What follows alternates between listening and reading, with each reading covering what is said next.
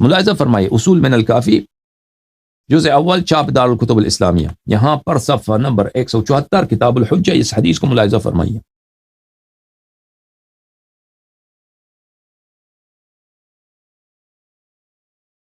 مومن طاق کہتے ہیں کہ میں امام باقر علیہ الصلوۃ والسلام بلے زید نے مجھے بلایا اپنے پاس۔ زید اس زمانے میں انقلاب کرنے کے چکر میں تھا، عروج کرنے کے فکر میں تھا۔ اس نے مجھے بلایا کہ میرے پاس آ جاؤ، تو شیعہ ہے میرے والد کا، امام زین العابدین علیہ السلام ہے، تجھ سے کام ہے۔ میں اس کے پاس گیا، اس نے کہا، زید نے کہا، ما تقول ان طرقك طارق منا تخرج معه، کیا کہتے ہو؟ تو ایک شیعہ ہے، تو بڑا عالم دین ہے، میرے والد نے تیری تربیت کی ہے، بتاؤ اگر ہم میں سے کوئی شخص قیام کرے، لشکر بنائے، عروج کرے، کیا اس کے ساتھ دو گے؟ میں نے کہا کہ عرض کیا ان کان اباک او اخاک خرجت معه، اس نے کہا کہ اگر آپ کے والد گرامی یا آپ کے بھائی امام باقر علیہ الصلوۃ والسلام یہ لوگ خروج کریں تو میں خروج کروں گا، میں کر لوں گا، میں ساتھ دوں گا بالکل۔ تو اس نے کہا فانا اريد ان اخرج اجاهد هؤلاء القوم فاخرج معي، اس نے کہا کہ میں چاہتا ہوں، میں خود، میرا ارادہ یہی ہے کہ میں جہاد کروں، میں جو ہے قیام کروں، انقلاب کروں اور تلوار اٹھاؤں بنی امیہ کے خلاف، تو تو آ جا میرا ساتھ دے دے۔ میں نے کہا لا افعل جعلت فداک، میں نے کہا نہیں، میں یہ کام نہیں کر سکتا، تو میں تیرا قربان، میں تیرا صدقہ، تو میرے مولا کا بیٹا ہے، تو میرے مولا کا بھائی ہے، میں تیرے صدقے، لیکن میں یہ کام ہرگز نہیں کروں گا کہ میں تیرا ساتھ دوں۔ فقال اترغب بنفسك عني، اس نے کہا کہ تجھے اپنی جان زیادہ پیاری ہے مجھ سے، تجھے اپنی جان میری جان سے زیادہ پیاری ہے، اپنا جان ہم پہ قربان نہیں کرنا چاہتے۔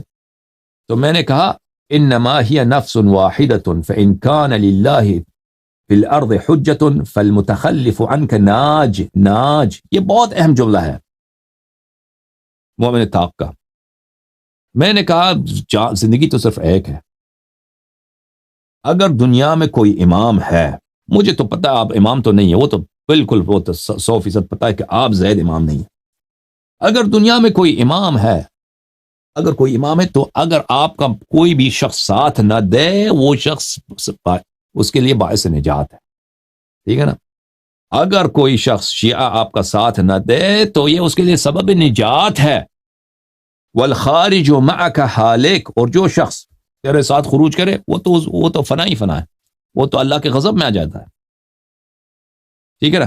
وَإِن لَا تَكُنْ لِلَّهِ حُجَّةٌ فِي الْأَرْضِ فَالْمُتَخَلِّفُ عَنْكَ وَالْخَارِجُ مَعَكَ سِوَا، اور اگر کوئی امام نہیں ہے دنیا میں تو پھر کوئی آپ کا ساتھ دے یا نہ دے، اس سے کیا فرق پڑتا ہے؟ اگر دنیا میں امام ہے تو جو آپ کے ساتھ نہیں دیتے ان کی ثواب ہے، اور جو آپ کا ساتھ دیں گے وہ جہنمی ہیں۔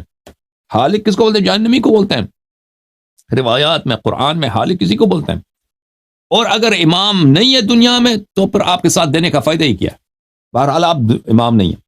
تو یہ جب ان سے بات ہوئی ہے تو بعد میں آیا امام صادق علیہ السلام کے پاس۔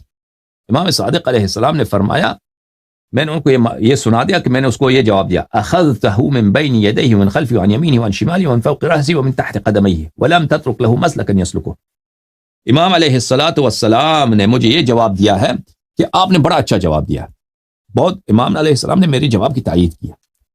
تو عزیزو، جملے میں اب دقت کیجئے کہ زید، مومن طاق نے زید کو کیا کہا؟ زید کو کہا کہ اگر دنیا میں کوئی امام ہے، کہ یقیناً امام ہے کوئی، اگر کوئی شخص آپ کا ساتھ